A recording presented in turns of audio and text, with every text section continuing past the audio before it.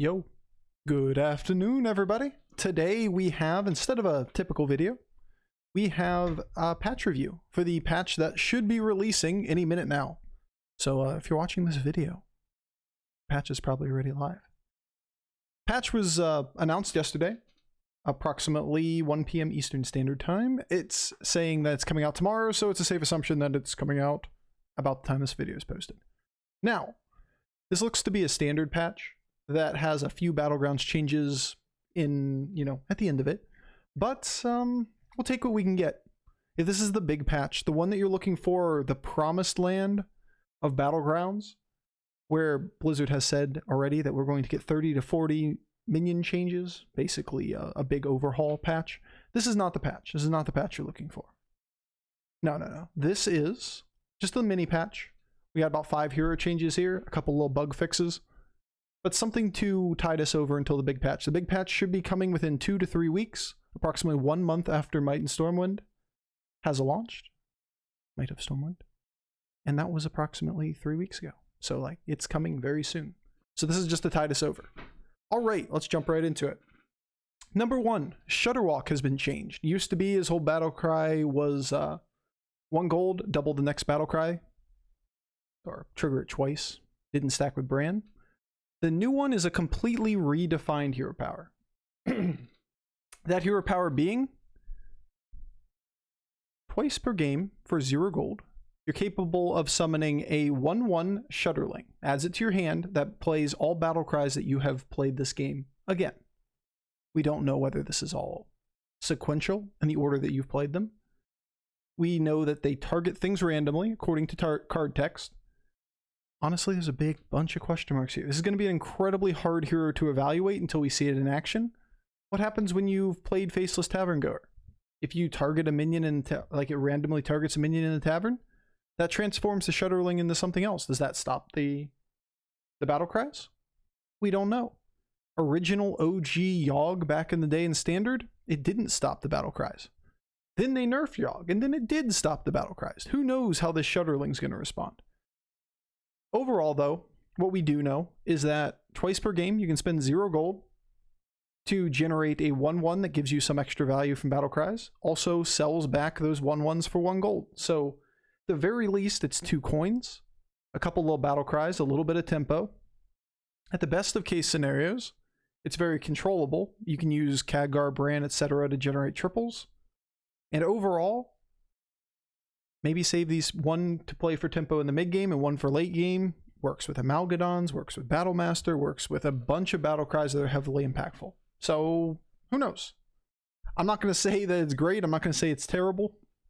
Honestly, I don't want to have any real level of prediction here because, well, frankly, it is such a fundamentally changed hero that we're going to have to play it to find out how good it is.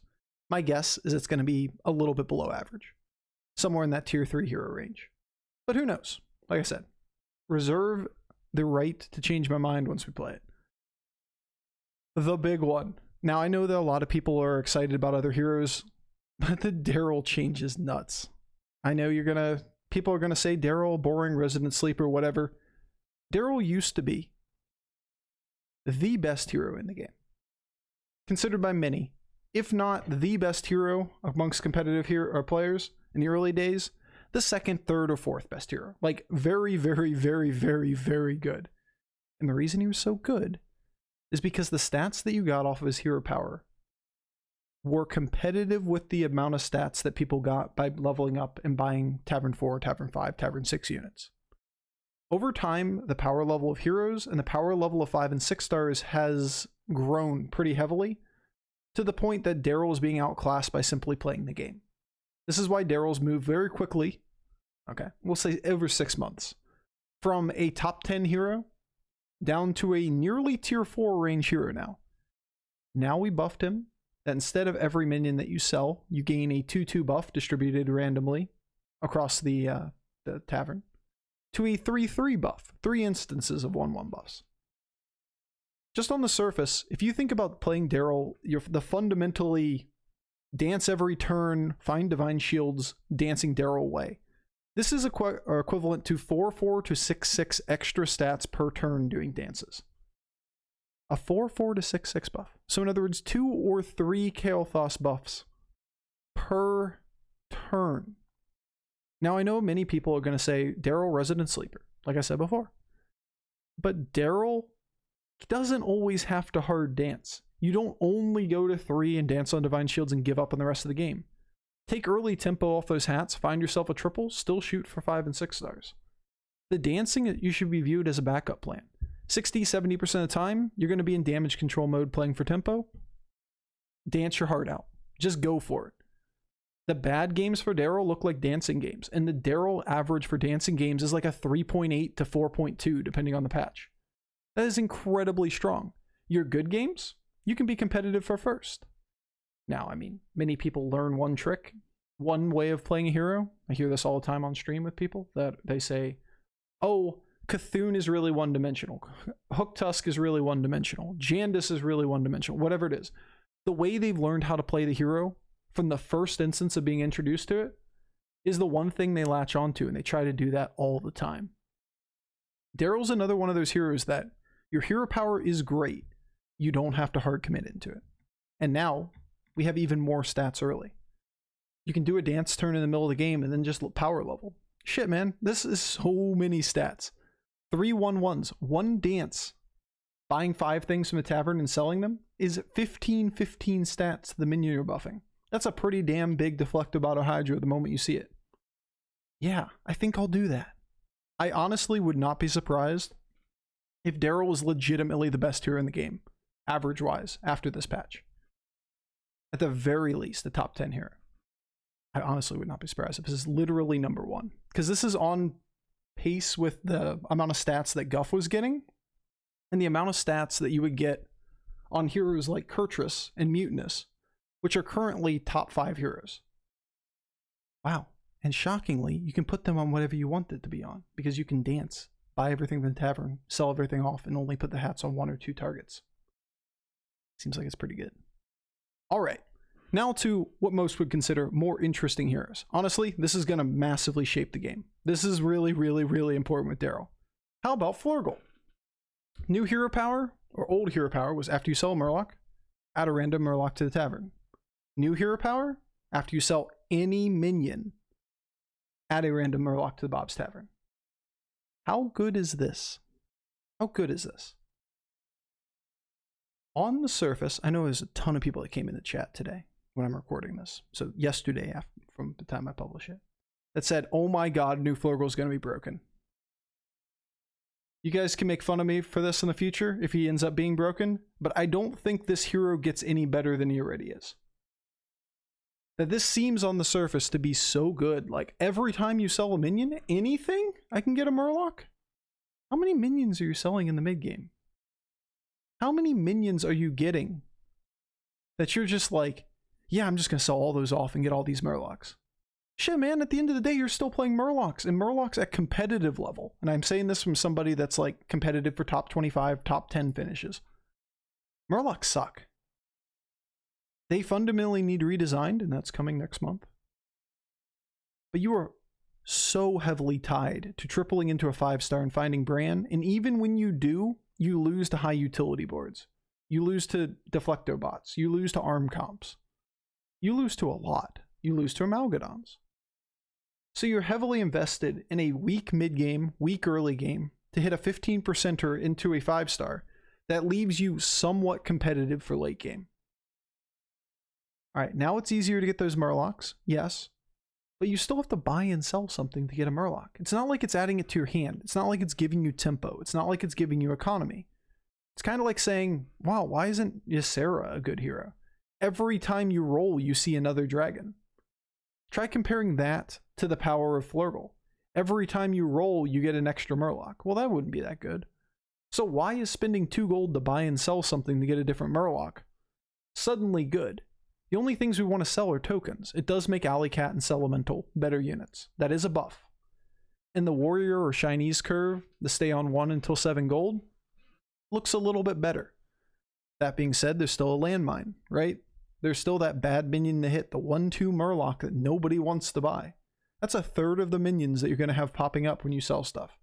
Call me pessimistic. Flurgl is the worst hero in the game. And I mean like the worst hero in the game. There is a 0.5 average difference in finish at 11k plus lobbies, meaning 0.5 average placements, half a rank, between the second worst hero and Flurgl. Flurgl is that far below. That's the difference between the 5th best hero in the game and the 30th best hero in the game. That's how big of a difference there is between the second to last and last. I don't think this change suddenly makes him go from anywhere close to a viable range or to a viable range. Yeah, it'll make him a little better. Still not playable. Still, it's a buff. Keep buffing the weak heroes. Love Blizzard for doing this shit. Always buff the weak heroes. Nerf the big one, the OP ones. Buff the weak ones. Let's keep getting changes. All right. Maiev. So Maiev recently took a nerf where instead of getting a hero after 2 turns of hero powering a unit, it turned it to 3 turns. And the opinion amongst all players, or not all, I shouldn't say all, never all, the vast majority of players is Maiev is bad now. Honestly, I think it's a bit of an overreaction. Maiev is still a viable hero. Maiev went from the best hero in the game, or top 3, to somewhere near bottom of tier 2 to high tier 3. And in good lobbies, especially ones with lots of tokens, she's still incredibly viable. Well, we now have another buff. And instead of the unit that you imprison giving a 1/1 buff when it comes out of imprisonment after 3 turns, it now gets a 2/2 buff. Personally, I don't believe it's a major change. And you might say, holy shit, 1/1 a turn, that's a lot of stats. When are they relevant stats? You don't win those rounds in the early game now when you're playing down minions. Then you start getting your hero powers to roll over on turn 4, 5, 6, 7. That's all you're getting. Because after that point, you're selling off those minions anyway. You're going to turn 8, turn 9, and you're selling your board and putting a new composition on. So all you're really getting is a 1/1 buff on turn 4, a 2/2 buff on turn 5, a 3/3 buff on turn 6, and a 4/4 buff on turn 7. And maybe like a 4/4 buff on turn 8 and 9. You want to view it like that. It does make a difference. It probably saves you 5 to 7 health over the course of the game, which maybe buys you another turn to get online. Maev's never had trouble winning games once you get online. It's the question of whether you turn the corner or not. And maybe that 5 extra health does allow you to turn the corner. But I don't see this as going like, oh my god, we're going to take Maiev from a high tier 3 hero to the best hero in the game again. It's a small buff. A worthy buff. I don't think Maiev needed buffed, but you're not doing any harm to the game. Moving a minion or a hero from like tier 3 to tier 2. That's not that bad at all. And last but not least, hero-wise, an old favorite, an OG hero, Malygos, gets changed.